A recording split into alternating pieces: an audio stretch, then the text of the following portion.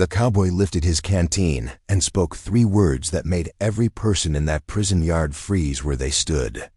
The Japanese woman he'd addressed took a step back, her worn canvas shoes scraping against the dry Texas dirt, eyes wide with something between fear and complete disbelief. Around her, dozens of other women went silent. Every guard stationed along the fence line shifted position. Hands moved instinctively toward weapons. No one was sure if they were witnessing an act of kindness or the beginning of something that would force them to intervene. The moment hung suspended in the brutal Texas heat, sweat rolling down faces, dust settling slowly around boots. He stood there with his arm extended, that battered military canteen hanging from his calloused fingers, and repeated those same 3 words with the same calm, steady voice. The words were simple, almost absurdly so given the circumstances. But in that place, at that time, between those 2 people, they carried impossible weight. She glanced quickly at the women closest to her, searching their faces for guidance, for permission, for any sign of what she should do. Her hands trembled slightly at her sides. Her throat was dry from hours in the sun. The temptation must have been overwhelming. Yet accepting felt like crossing a line no one had dared cross before. This moment made no sense in the logic of their world. Everything they'd been taught about their captors, everything they'd experienced since arriving at this place, everything the war had shown them about how enemies treated each other, it all said this shouldn't be happening. The rules were clear. The boundaries established. This violated both. Yet there he was, a tall man in worn denim and a sweat-stained hat, holding out water to a prisoner, speaking words that shouldn't exist between them. His face showed no hostility, no mockery, no hidden agenda visible in his weathered features. Just a simple offer extended across an enormous divide, created by war and suspicion and fear. The canteen caught the harsh afternoon sunlight, throwing a small reflection across the dirt. In that suspension of time, everyone waited to see if she would reach for it or run. Her breath came shallow. Her decision would set a precedent, would define something, would either shatter tension or create more of it in ways no one could predict. One of the younger women behind her whispered something urgent in Japanese, a warning perhaps, or encouragement. The words were too quiet for most to hear, but the tone carried across the yard, sharp, worried, the kind of sound people make when they see someone about to do something that can't be undone, that will change everything. The cowboy didn't lower his arm, didn't show impatience or frustration at her hesitation. He just waited. His posture suggested he'd stand there all afternoon if needed, that he'd made his offer and would let her decide in her own time. A strange kind of respect embedded in his patience. Dignity offered where none was required. This was Crystal City, Texas, in July of 1944, and the heat was the kind that made thinking difficult and breathing feel like work.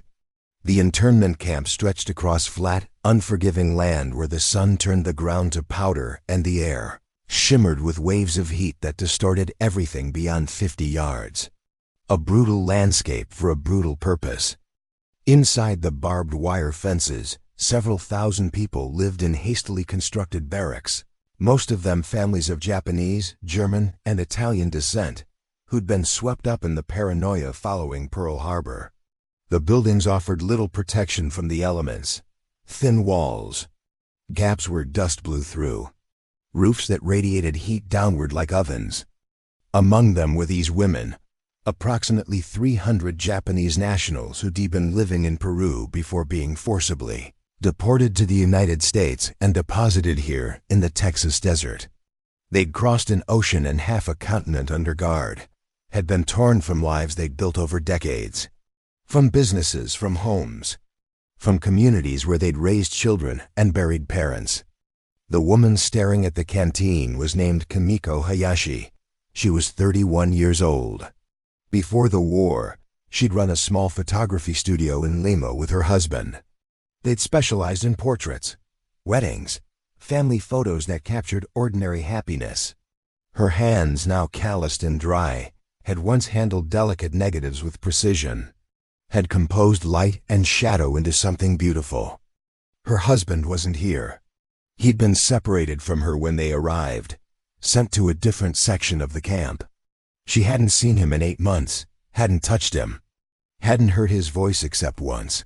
He'd seen Kimiko stumble twice, seen her catch herself, seen her wipe her face with a sleeve already soaked through with sweat. The guards had water. The prisoners had been promised water at noon, but noon had come and gone. Some administrative mix-up, some paperwork not filed correctly. The water truck hadn't arrived. Wouldn't arrive for another 3 hours.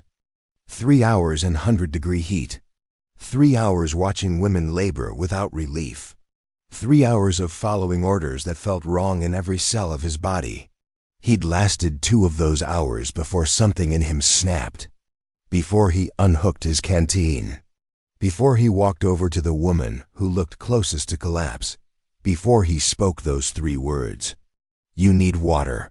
Not a question, not a command. Just a statement of obvious fact delivered in a Texas drawl that softened the consonants. He said it again when she stepped back. When confusion and fear crossed her face.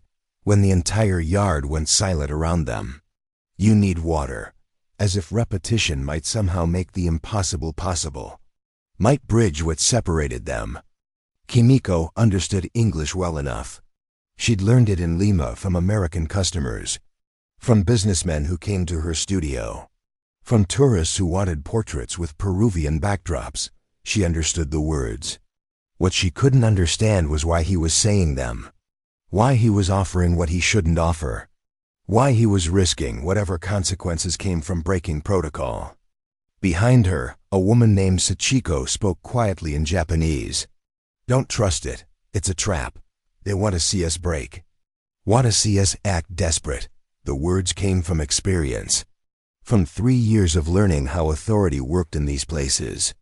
How small kindnesses could be weapons. How accepting something could be used against you later as proof of weakness. Of collaboration. Of disloyalty. But another voice answered. Older. Steadier.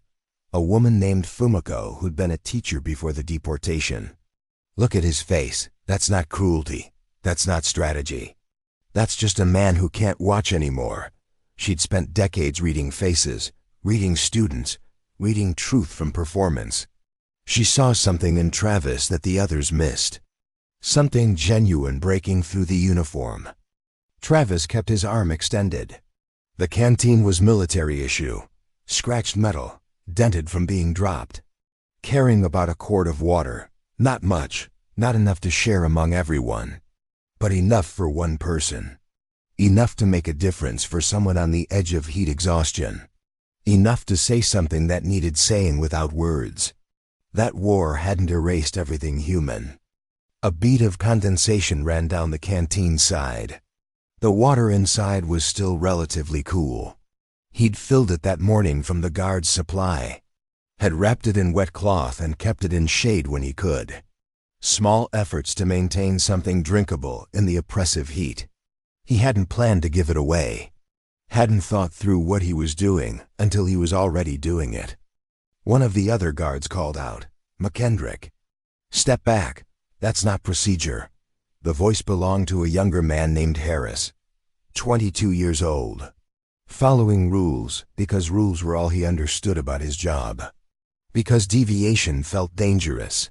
Because the war had taught him that enemies were enemies and lines existed for reasons he shouldn't question. Travis didn't turn around. Didn't acknowledge the order. Kimiko's hand moved slightly, an involuntary gesture. Her body responding before her mind decided. Reaching toward what it needed, even as her thoughts caught up with consequences. The other women saw it. Several inhaled sharply. The moment was tipping, about to resolve one way or another. About to become something that would ripple through the camp and change how people saw each other. Harris moved closer. I said, "Step back. I'll report this." His hand touched his rifle sling. Not a threat exactly. Just a reminder of hierarchy. Of power. Of who made decisions and who followed them. Travis finally turned his head, made eye contact. His expression was calm, almost sad. Then report it. I'm giving water to someone who needs it. Write that down however you want. The words carried across the yard. Reached other guards. Reached the women. Reached the administrative building where camp officials worked in air-conditioned offices. Someone would hear about this. Someone would have opinions. Someone would decide if this was insubordination or common decency. But that would come later. Right now, in this moment, there was just a man offering water and a woman deciding whether to accept it. Kimiko's fingers wrapped around the canteen.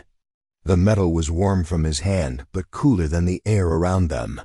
She lifted it slowly, watching his face for any sign of mockery, any hint that this was performance rather than genuine offer. She saw nothing but patience, nothing but a quiet encouragement that said it was okay, that she could drink, that no one would hurt her for accepting. She drank, not gulping, not desperately, but steadily. Long swallows that she could feel traveling down her throat into her chest, into her stomach. Water that tasted like metal and minerals and life. Her eyes closed. For just a moment, the camp disappeared. The war disappeared. There was only the sensation of thirst being answered, of a body receiving what it desperately needed. Simple biology transcending everything else. When she lowered the canteen, her hand shook. She tried to return it, but Travis shook his head, made a gesture that said keep going, drink more. She did. Another long pull. Then another. She drank half of what remained before finally handing it back. Her eyes met his for the first time. In that glance was something neither of them had words for. Gratitude mixed with confusion, mixed with a recognition that something small but significant had just occurred. Travis took the canteen back and did something no one expected. He turned to the next woman in line. An older woman with gray streaks in her hair and deep lines around her eyes. He offered her the canteen, spoke the same words. You need water. The woman looked at Kimiko, looked at the other guards, looked back at Travis. Then she reached out and drank. Not as much. Just a few swallows. But enough. Enough to participate in what was becoming. He moved down the line, offering what remained to a third woman. Then a fourth. The canteen passed between them. A makeshift communion. Each woman taking only what she absolutely needed, leaving some for the next. Creating an unspoken agreement that this unexpected gift should reach as many people as possible. That generosity should multiply rather than concentrate. They rationed his kindness among themselves without being asked. Harris stood frozen. His objection died in his throat. He couldn't stop what was happening without creating a confrontation that would look worse than what was actually occurring. Couldn't shoot a man for sharing water. Couldn't arrest women for drinking when offered. The situation had moved beyond his capacity to control it, beyond the simple application of rules. It had become something human and therefore complicated. Other guards watched, some with disapproval, some with something like relief, as if they'd been waiting for someone to break first, to demonstrate that kindness was still possible, that the uniform didn't have to erase everything decent, that following orders didn't require abandoning basic humanity. A few looked away, not wanting to see, not wanting to be forced to decide if they approved or condemned, choosing blindness over complexity. If this story is touching you right now, if you're feeling something shift in your chest, help keep these moments alive. Hit that like button. Leave a comment telling me about a time someone showed you unexpected kindness. And subscribe so we can share more of these forgotten stories together. Because these gestures matter, because remembering matters. Because the world needs to know that even in the darkest chapters, people still chose decency. The canteen emptied. Travis hung it back on his belt. He didn't say anything more, didn't make a speech, didn't explain himself or justify his actions. He just nodded once to the women and walked back to his post. Resumed his position along the fence line, stood there as if nothing had happened. As if he hadn't just violated protocol and created a moment that would be remembered by everyone who witnessed it. Kimiko, and the others returned to work. Picked up their tools, continued digging the drainage ditch in the burning sun. But something had shifted in their movements, less defeated, less mechanical. They spoke quietly to each other in Japanese, shared glances that carried meaning. The water had been physical relief, but the act itself had been something else. Proof that they were still seen as human, still worthy of consideration, still connected to the people guarding them by something deeper than war. Word spread through the camp that evening like water finding cracks. The women who'd been there told others, added details, described his face, his voice, the way he'd waited patiently for Kimiko to decide, the way he'd shared what little he had. The story moved through the barracks in whispered conversations, passed between families at dinner, reached people who hadn't been anywhere near that work detail, but who needed to hear it anyway. Some dismissed it, called it meaningless, said one guard being decent for 5 minutes didn't change their situation, didn't open the gates, didn't reunite families, didn't send them home. They weren't wrong. The material circumstances remained identical. The fence still stood. The guards still carried rifles. The war still raged across the Pacific. One canteen of water hadn't altered any of that, but others felt differently. Felt it mattered precisely because it changed nothing material while changing everything internal. The camp administration heard about it too. A report landed on a desk. Supervisor named Carlton, who'd been running internment operations for 2 years. He read it twice. Tried to decide if disciplinary action was warranted. Tried to determine if Travis had violated any specific regulation. The rules were vague on this point. Don't fraternize with prisoners. Maintain professional distance. But sharing water during dangerous heat felt like it existed in some gray area between regulation and common sense. Carlton called Travis into his office the next morning. A small room with a fan that pushed hot air around without cooling anything. Travis stood at attention out of habit. Carlton studied him. "You caused a situation yesterday." Travis nodded. "Yes, sir." Carlton waited for elaboration. None came. "Want to explain why you thought that was appropriate?" Travis considered the question. "Seemed like the right thing to do, sir. People were suffering. I had water." Seemed simple. Carlton leaned back in his chair. He'd been in the Army 23 years, had served in the Philippines, had seen combat, had killed men, had lost friends, had developed complicated opinions about duty and morality and where lines should be drawn. The rules exist for reasons, McKendrick. We can't have guards making individual decisions about how to treat prisoners. That's how order breaks down. How situations become unpredictable. Travis met his eyes. "With respect, sir, I wasn't making policy. I was giving water to someone who needed it. If that breaks down order, maybe the order's already broken." The words came out steady, not defiant, but not apologetic either. Just honest assessment from a man who'd spent 46 years learning the difference between rules that made sense and rules that demanded too much. Carlton didn't respond immediately. The fan clicked rhythmically. Dust motes drifted through sunlight. Finally, Carlton sighed. "I'm not going to write you up. But I'm not commending you either. I'm telling you to maintain appropriate distance going forward. Whatever you think about these people, they're enemy nationals. The war's not over. Things can change. Boundaries exist for everyone's safety, including yours. You understand?" Travis nodded. "I understand, sir." Carlton dismissed him. Travis left feeling neither vindicated nor chastised, just tired. Tired of the whole situation. But he didn't regret it. Couldn't regret it. That night, lying in his bunk, he thought about Kimiko's face when she first drank. The way relief washed over her features. The way something human passed between them in that moment. Something that acknowledged they were both just people trying to survive circumstances neither had chosen. He'd do it again. Would find ways to do it again. Would figure out how to be decent within the constraints of his duty. Over the following weeks, small acts multiplied. Other guards noticed. Some followed Travis's example. A guard named Peterson started bringing extra fruit from the mess hall. Would leave oranges near the women's barracks. Never directly handing them over, just placing them where they'd be found. Creating plausible deniability while ensuring people ate better. Another guard named Yamamoto, Japanese-American from California, started teaching English phrases during his shifts. Casual conversations that helped people survive.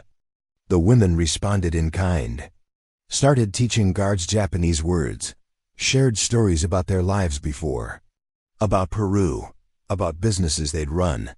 Skills they'd developed. Gradually they stopped being just prisoners and guards.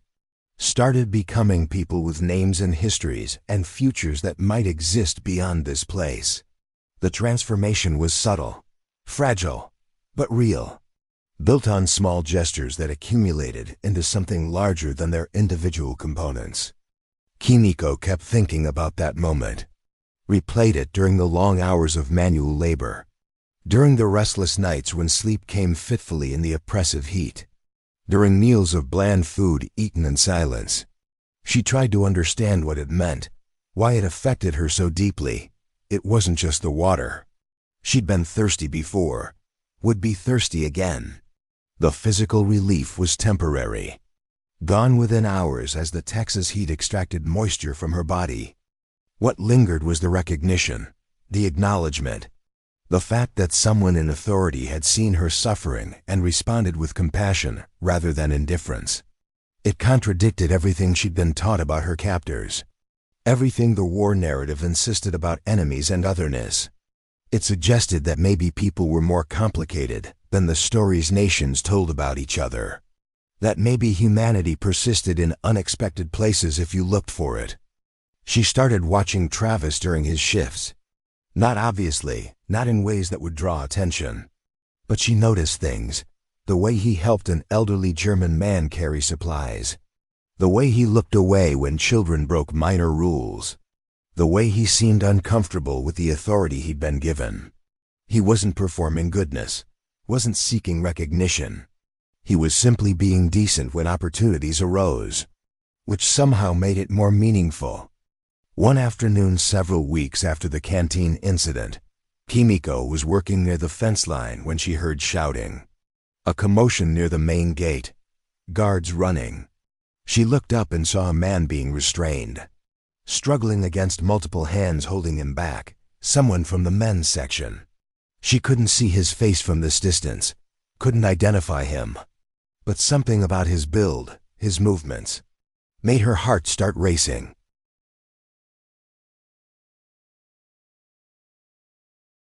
She dropped her tools and ran toward the fence. Other women called after her, warned her, but she kept going. Got close enough to see clearly. It was him. Her husband, Shinji. They'd moved him to this section for some reason. Some administrative decision, and he'd seen her, had tried to reach her, had fought against the guards preventing him. Their eyes met across 50 yards of dusty ground and barbed wire. She screamed his name. Travis was one of the guards holding Shinji back. He looked from the struggling man to Kimiko standing at the fence. Saw the recognition, the desperation, the pain of separation renewed. He understood immediately. These were married. These were people torn apart by regulations that made no allowance for human connection. He felt something twist in his chest. Felt complicit in cruelty he hadn't chosen but was nonetheless enforcing. He made a decision. Probably stupid. Definitely against regulations. He loosened his grip slightly. Let Shinji pull forward a few feet. Didn't let go but didn't hold as tightly. The other guards noticed. Gave him confused looks. Travis spoke quietly. Let him see her, just for a minute. He's not going anywhere. Just let him see her. They hesitated. Then collectively relaxed their holds just enough. Just barely. Shinji stood straight. Looked at his wife. Spoke words in Japanese that Travis couldn't understand but felt in his bones. Kimiko replied, her voice breaking. Tears streaming down her face. They had maybe 90 seconds of conversation across the distance. Not enough. Not nearly enough. but infinitely more than the nothing they'd had. Travis watched other guards approaching, knew this moment was ending. He spoke quietly to Shinji. "I'm sorry, we have to move you back now, but she's okay. You can see she's okay. Hold on to that." He didn't know if Shinji understood English, but the tone carried meaning. They pulled Shinji back toward the men's section. He went without fighting, without resistance. He'd gotten what he needed, proof that Kimiko was alive, was surviving, was still there, still his. The separation remained, the pain remained, but the uncertainty had lifted. Sometimes that was enough. Sometimes knowing was better than the torture of imagination. Travis watched them lead him away, watched Kimiko standing at the fence, her hands wrapped around the wire, her body shaking with sobs and relief mixed together. He walked over to her, stood on the other side of the fence, didn't speak, just stood there, a gesture of presence, of witnessing, of acknowledging that what had just happened mattered, that their pain was real and valid and seen. After a minute, Kimiko looked up at him. She spoke in English, heavily accented but clear. "Thank you. For water. For now. Thank you." Travis nodded. "You're welcome, ma'am. I'm sorry it's not more. Sorry I can't fix more." She almost smiled. "You fix what you can. That is enough." The war continued. Summer turned to fall, turned to winter. The camp population fluctuated. Some families were released. Others arrived. The machinery of internment ground forward with bureaucratic efficiency. But within that machinery, small pockets of humanity persisted. Moments where people on both sides of the wire remembered they were people first and everything else second. It didn't change the big picture, didn't end the war, but it changed individual experiences, made survival more bearable. Travis kept serving until spring of 1945, until victory in Europe, until the Pacific War was clearly turning toward American victory, until the camp began preparations for gradual closure, until his enlistment term expired and he could return to civilian life. He left Crystal City in June, shook hands with guards he'd served beside, nodded to prisoners whose names he'd learned, carried memories he knew would stay with him forever. Moments of connection that had made his service mean something beyond just following orders. Before he left, he did something unusual. He wrote a letter, not to anyone official, not to family, but to the International Red Cross. He described what he'd witnessed, the conditions, the people, the families separated without cause, the indignity of mass detention based on ethnicity rather than individual action. He didn't portray himself as a hero, didn't mention his own small acts, just bore witness, just documented what he'd seen, added his name to a record that might someday matter, might someday contribute to ensuring this never happened again. The letter was dry, factual, almost boring in its careful language, but between the lines lived his anger, his sadness, his deep conviction that his country had betrayed its own principles, that fear had been allowed to override justice, that convenience had been prioritized over human rights.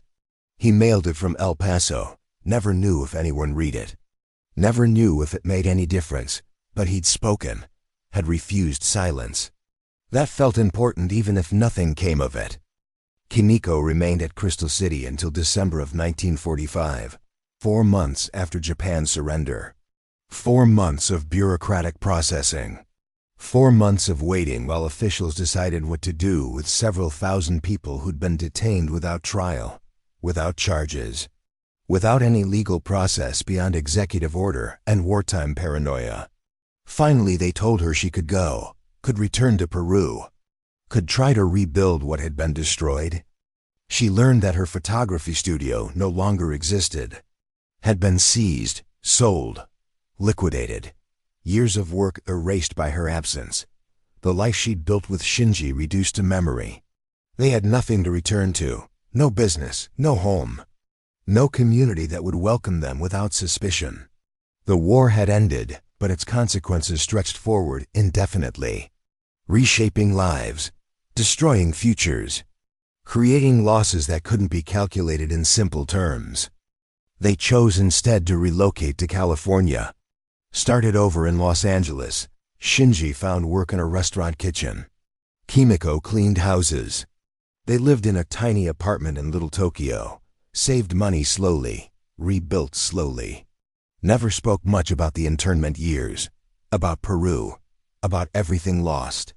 That pain lived in silence between them, occasionally surfacing in nightmares, in triggers, in moments when the present reminded them too much of the past. But they survived, built a new life, had children, found small joys where they could. Travis returned to ranch work, moved between jobs across West Texas for several years, never married, never settled in one place long enough to build deep roots. Something about the camp experience had changed him, made him restless, made normal life feel insufficient. He'd seen something about human nature, both its cruelty and its capacity for decency. That knowledge sat uncomfortably, made small talk difficult, made ordinary concerns seem trivial. He drank more than he should, spent nights in small-town bars telling stories no one wanted to hear. Stories about the camp, about the prisoners, about the wrongness of it all. Most people didn't want to engage, didn't want to examine uncomfortable history, wanted to celebrate victory without contemplating cost. He became that guy, the one with opinions, the one who couldn't let things go, the one who made gatherings awkward with his insistence on remembering what others preferred to forget. By the early 1950s, he'd mostly stopped talking about it, learned that some stories didn't fit the national narrative, that people preferred heroes without complexity, victories without moral ambiguity. He kept his memories to himself, worked his jobs, lived his solitary life, wondered occasionally what had happened to the people he'd known at Crystal City. If they were okay, if they remembered him, if those small moments had meant to them what they'd meant to him. He had no way of knowing, no way of reaching across the distance and time. Decades passed, the world changed. The war became history. Then history became mythology. Stories simplified. Nuance disappeared. America remembered itself as purely heroic. The internment camps became a footnote, briefly acknowledged, quickly moved past, something embarrassing but not dwelled upon. The people who'd been imprisoned scattered, rebuilt lives, mostly stayed quiet about their experiences. Shame and pain discouraging public testimony. The story threatened to disappear entirely. Then something shifted. The 1980s brought renewed interest. Scholars started investigating. Survivors started speaking. A movement emerged demanding acknowledgement, demanding apology, demanding reparations for what had been stolen. The government resisted at first, then slowly relented. In 1988, President Reagan signed the Civil Liberties Act, formally apologizing, providing compensation to surviving internees. Not nearly enough money, not nearly adequate acknowledgement, but something. A crack in the national amnesia. Kimiko was 65 years old when she received her reparations check. $20,000 for years of imprisonment, for a business destroyed, for a life disrupted, for dignity stolen. The amount was insulting. She almost refused it. But Shinji convinced her to accept, not because the money was adequate, but because refusing it wouldn't change anything. Because accepting it meant the government had to confront what it had done, had to acknowledge its crimes. That acknowledgement mattered even if the compensation didn't.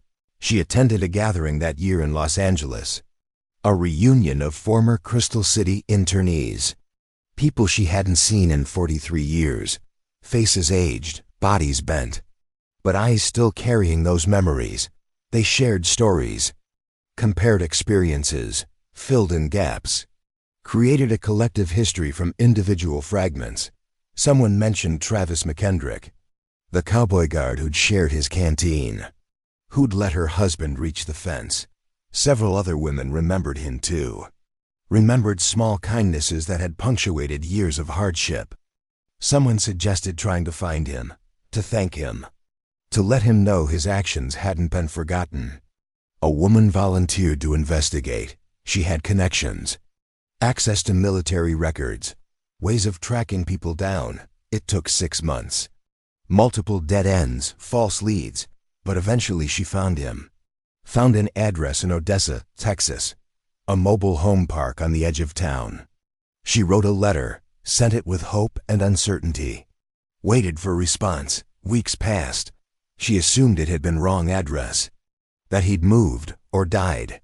Then an envelope arrived. Travis was 72 years old, living on a small pension, working part-time at a feed store because he needed something to do. The letter had shocked him. Opened memories he'd kept sealed for decades. He couldn't believe they remembered. Couldn't believe they cared enough to search for him. He wrote back immediately, said he'd be honored to meet, to talk, to hear how their lives had unfolded. They arranged a gathering, small, just Travis and 3 of the women who'd been on that work detail, including Kimiko. They met at a diner in El Paso, neutral ground. Halfway between their locations, Travis arrived early, sat in a booth drinking coffee, rehearsing what he'd say, how he'd explain himself, how he'd apologize for all he hadn't been able to change. When they walked in, he stood automatically. Old matters from a different era.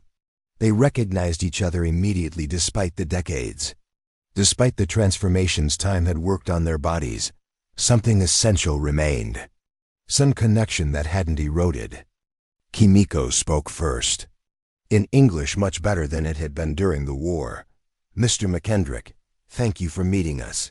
Thank you for remembering us." Travis shook his head. "I never forgot. Couldn't forget. Those years stay with me." They sat. Ordered food they barely touched. Talked for 3 hours. Shared stories. Filled in what happened after. Travis learned about her photography, her children, her grandchildren. Her life rebuilt from nothing. She learned about his struggles, his loneliness, his inability to reconcile what he'd been part of. At one point, Kimiko reached across the table, put her hand on his. "You were kind when kindness was dangerous, when it would have been easier to follow orders and feel nothing. That matters. That mattered then. Matters now. You helped us remember we were human. That kept us alive in ways you can't understand. Please know that. Please carry that instead of guilt." Her words broke something in him. He cried, not gracefully, not quietly. Just released decades of held tension, of wondering if he'd done enough, if he'd been complicit, if his small acts meant anything. They stayed in contact after that. Letters mostly. Occasional phone calls. Travis attended a remembrance ceremony in Los Angeles the following year. Met more former internees. Heard more stories.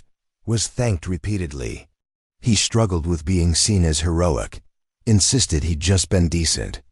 Just done the bare minimum. But they explained that bare minimum had been more than most. That in systems designed to dehumanize, small acts of humanity carried enormous weight. That he'd given them something to hold on to when everything else was being taken away. Travis died in 1993. Heart attack. Quick. He was 76. Kimiko attended his funeral. She was 79. Traveled from Los Angeles with 2 of her children. They stood at the graveside in a small cemetery outside Odessa. There weren't many people there. Travis hadn't had much family. Hadn't maintained many connections. But the few who came knew something about who he'd been, what he'd tried to be, what he'd meant. Kimiko spoke briefly, her voice wavering but clear. She talked about that day in Crystal City, about the canteen, about water shared in brutal heat, about a cowboy who'd said 3 words that changed something. She talked about how those 3 words had echoed through decades, how they'd reminded her that humanity persisted, that decency survived, that even in circumstances designed to erase dignity, individuals could choose otherwise, that Travis had chosen otherwise, consistently, quietly, without seeking recognition.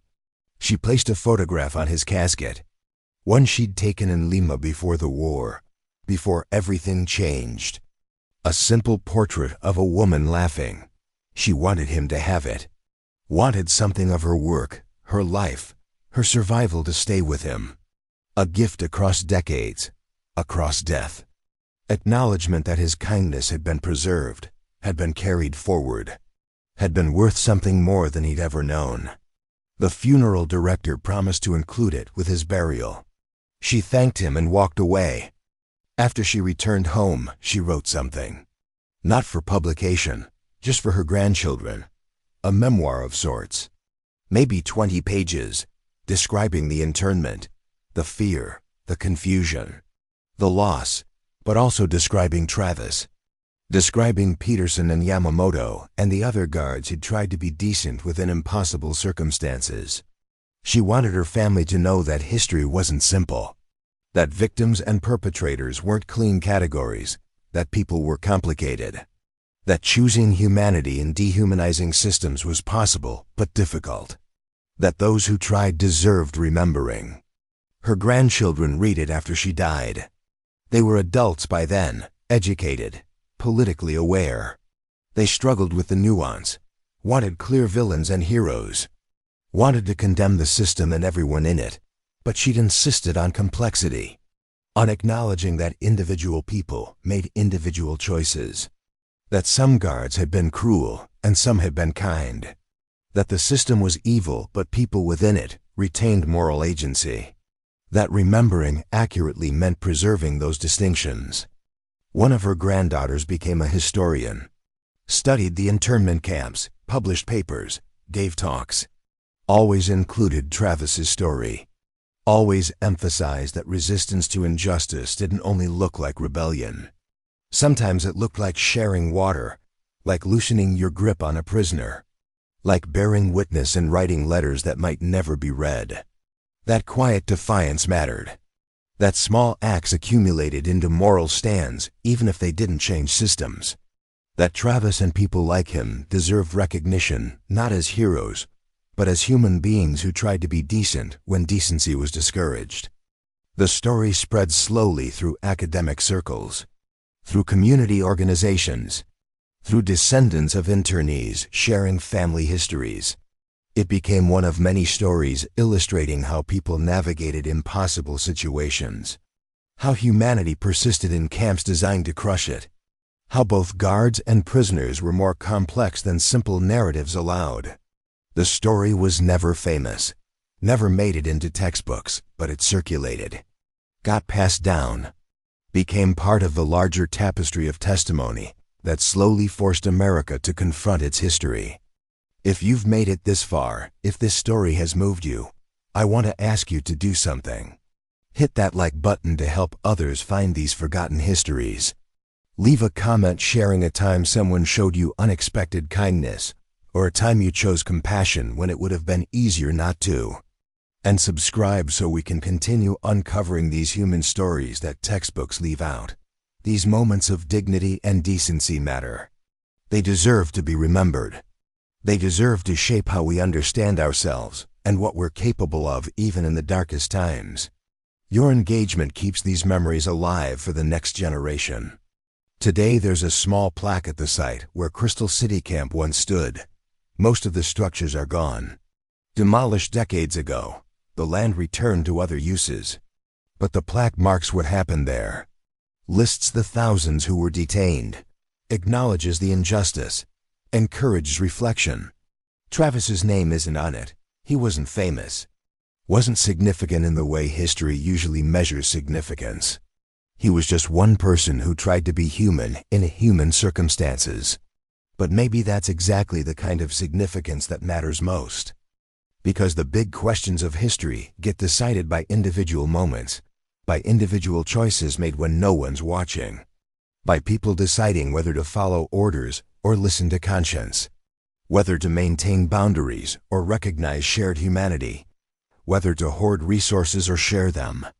Travis chose to share, chose to see, chose to act. And those choices rippled outward, touched lives, changed how people understood themselves and others, created meaning that outlasted his life. That's not a small thing. That's everything.